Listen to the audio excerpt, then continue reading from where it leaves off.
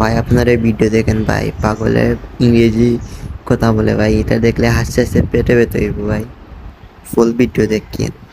Please give me 10 টাকা। ওরে বাবা, বন্ধু ইংলিশ করছে, কি শিক্ষিত, এ কি করে পাগল হইলো? ও ভাই, কি করে পাগল হইলে?